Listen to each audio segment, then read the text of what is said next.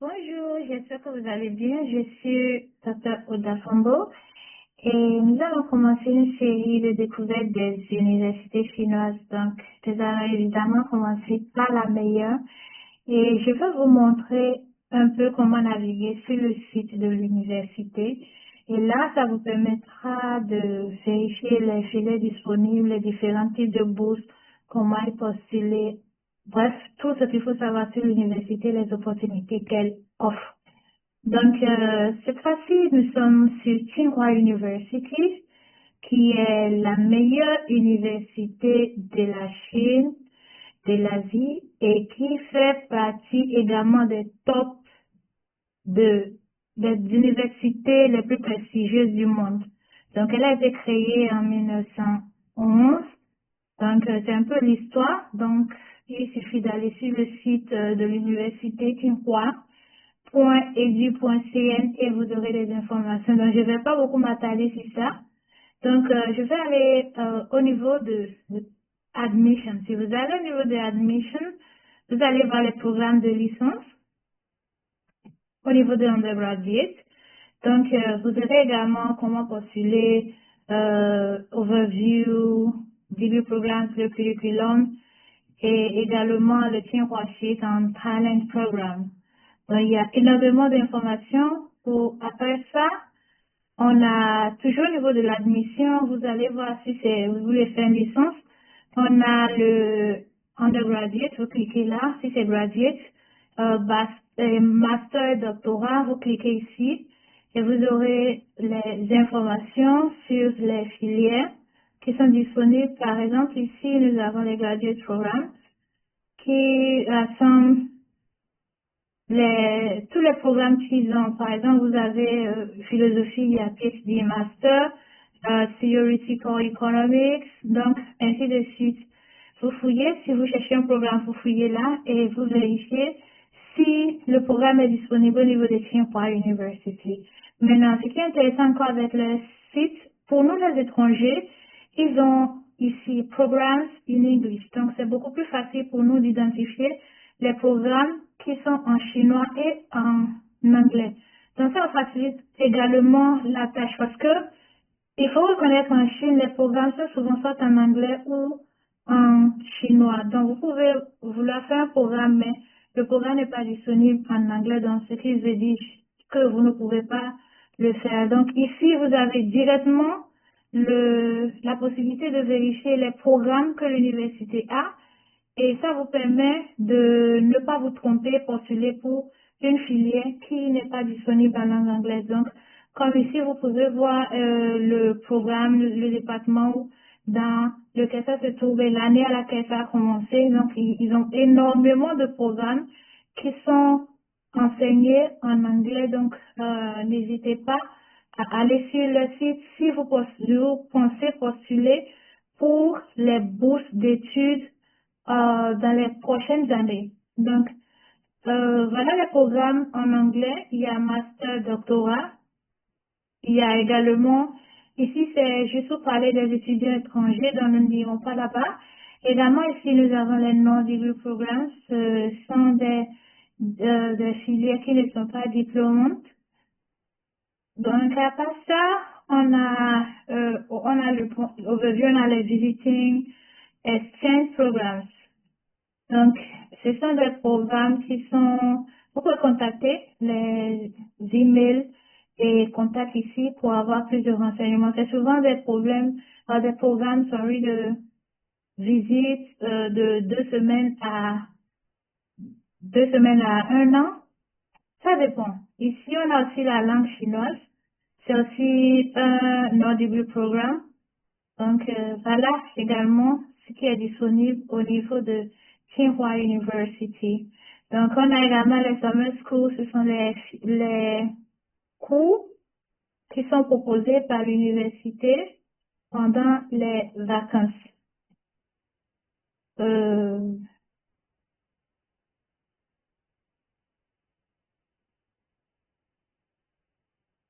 donc, c'est une université que je vous conseille. Si vous êtes intéressé par les études au niveau de la Chine, C'est vrai que c'est une université qui est très, très, très compétitive, mais ça ne veut pas dire que vous ne pouvez pas y aller. Donc, il suffit de bien préparer vos dossiers et mettre les chances de votre côté. Donc, nous allons aller faire un tour sur les différents départements dont dispose l'université de Tsinghua University. Donc, on a l'école d'architecture et sous l'école, on a plusieurs départements. Au niveau de l'économie et de la gestion, on a également différents départements. Donc, arrivé sur le site, vous pouvez cliquer et voir ce qui vous intéresse dedans. Par exemple, on a le département de l'innovation, l'entrepreneuriat, de la stratégie, leadership and organization management, department of management science and engineering, department of marketing. Donc, il y a tout ça, il y a génie civil, on a école of public policy and management, school of environment, marxism, school of humanities, tout. Ils ont énormément d'écoles au niveau de l'université de Tsinghua. Donc, vous pouvez faire un tour vous-même. Et voilà un peu les départements qu'ils ont. Et comme tout étudiant étranger, nous voulons des bourses pour pouvoir financer nos études au niveau de la Chine. Donc, je m'en vais vous présenter les opportunités de bourse qu'il y a au niveau de Tsinghua University. Il y en a énormément.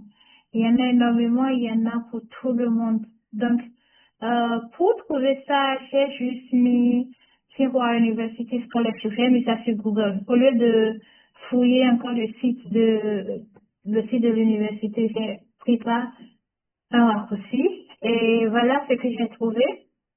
Donc, nous avons ici euh, Financial Aid System. Donc, il y a les différents types de bourses qui sont listés, assistantship. Ils ont également, également des opportunités de stagiaires, je vais dire, de professeurs assistants. Ils offrent également de l'assistance financière pour les recherches et beaucoup d'autres choses. Donc, ils ont également beaucoup de prix et d'assistance qu'ils offrent aux étudiants qui sont dans leur école. Donc, nous allons passer sur les bourses. Au niveau de Tsinghua, nous avons la bourse gouvernementale. Et Chinese Government Scholarship, ça existe en type A, c'est celui qui est bilatéral. Ça veut dire que c'est une bourse qui est mise à la disposition des pays par le gouvernement chinois. Donc, vous verrez ça ici, il est écrit programme bilatéral et ça existe aussi un EU programme, ça existe également un AUN programme. Donc, ils sont nombreux, ce sont des bourses bilatérales que le gouvernement chinois met à la disposition de ses partenaires.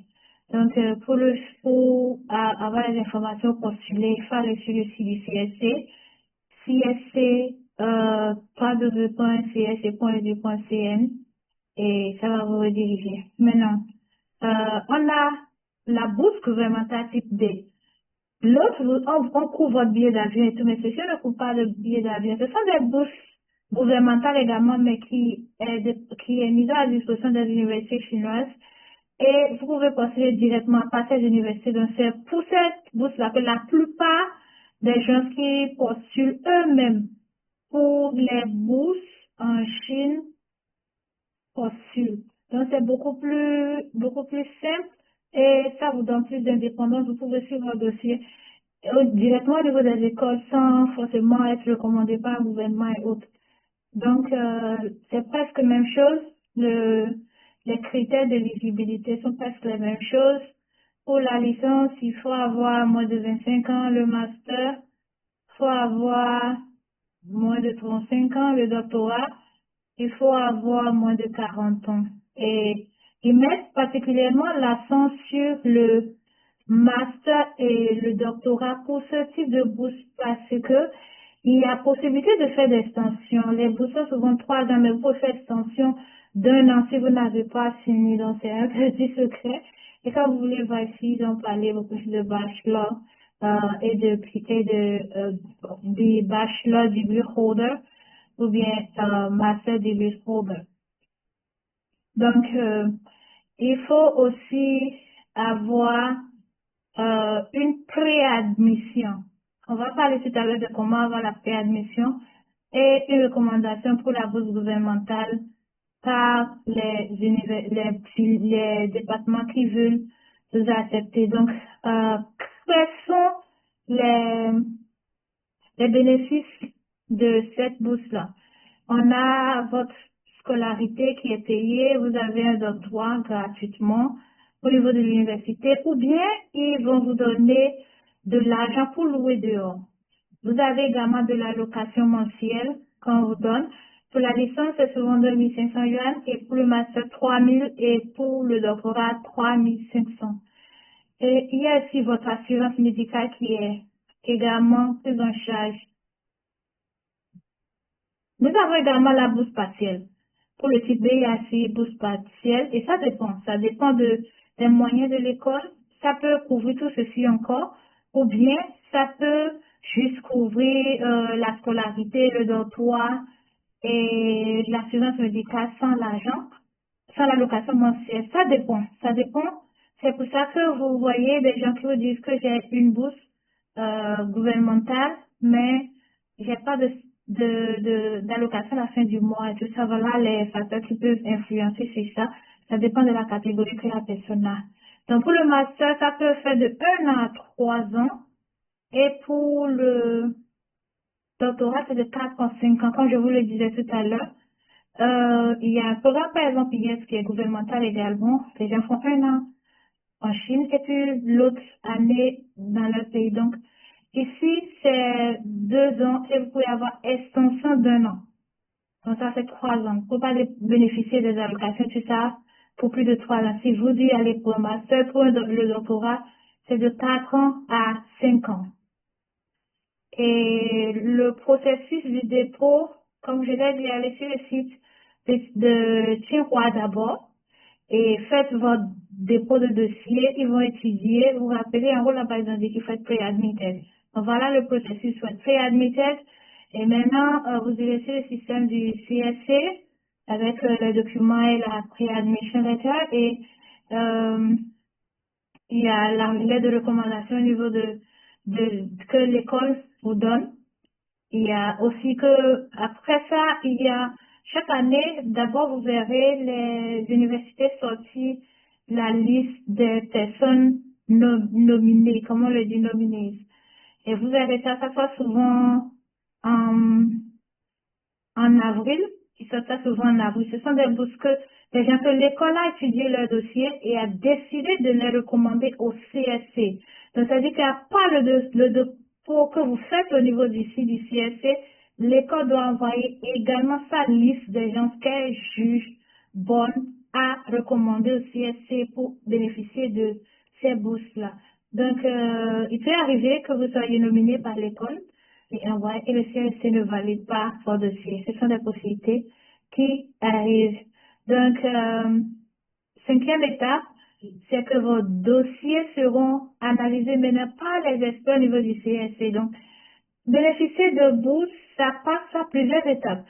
Le premier, il y a l'admission office qui analyse, il y a l'école, le département dans lequel vous voulez postuler qui analyse si vous avez les capacités, comment dire, académiques, le background qu'il faut pour pouvoir suivre les cours dans la filière que vous avez choisi. Après, il y aura encore un lot d'experts au niveau de l'école qui finit. Et maintenant, après que vous serez recommandé pour la bourse au niveau du CSC, il y aura également des experts sur le plan national maintenant pour analyser chaque aspect de votre dossier et maintenant valider.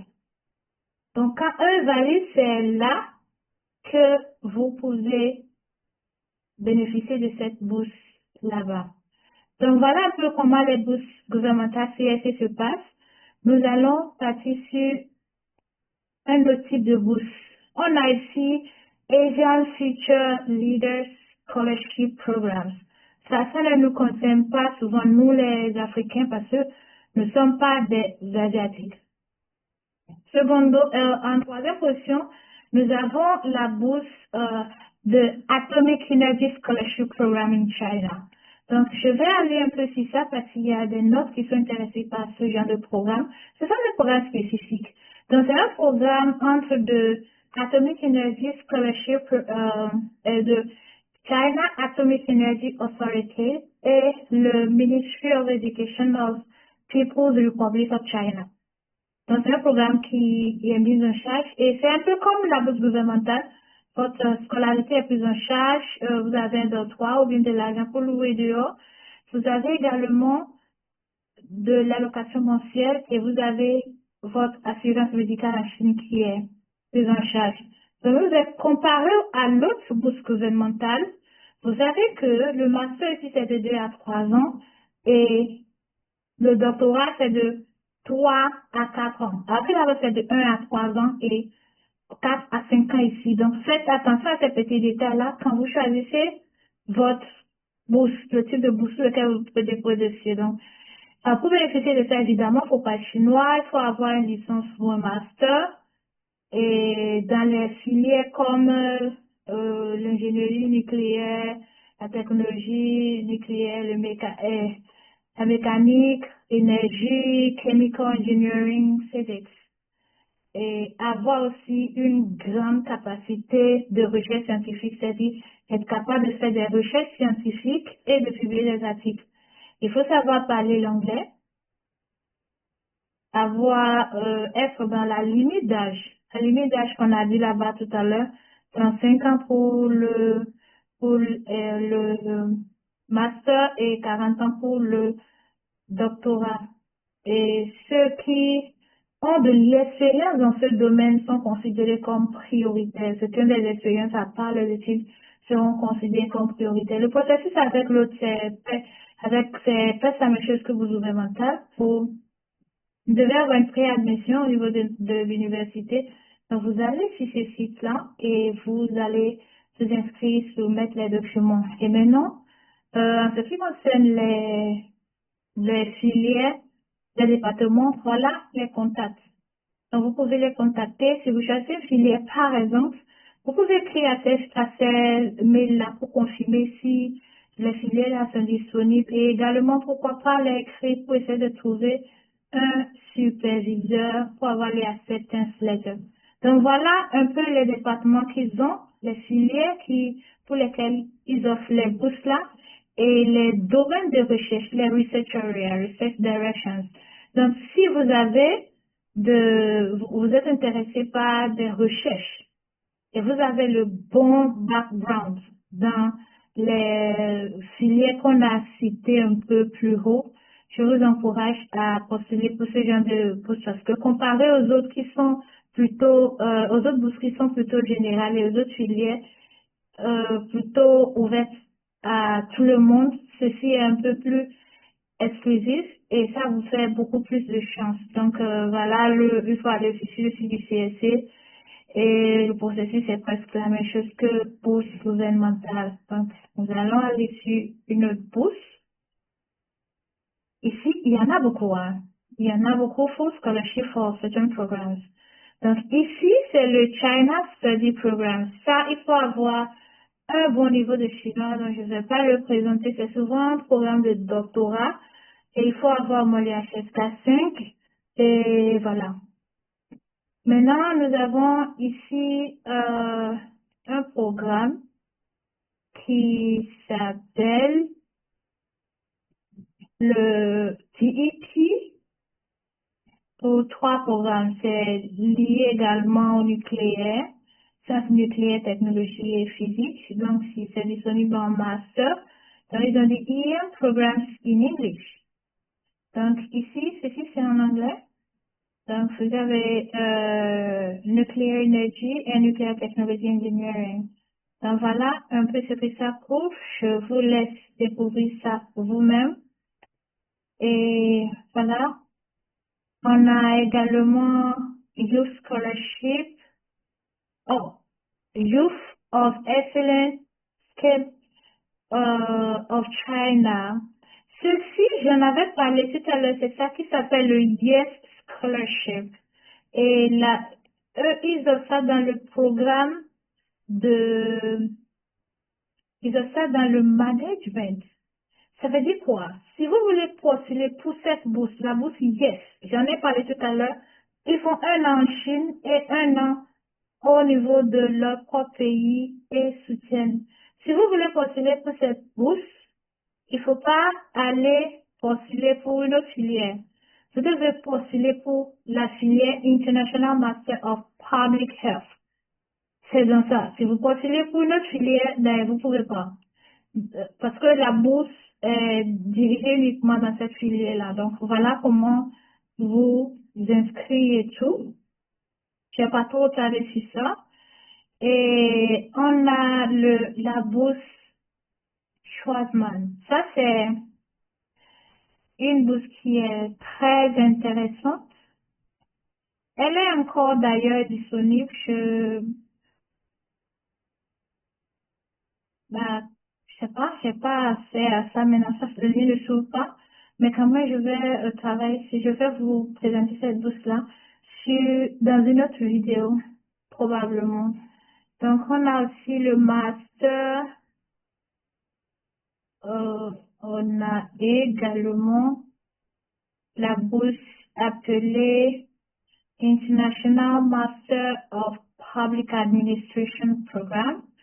On a également le International Master of Public Administration in the Belt and Road Initiative Programs.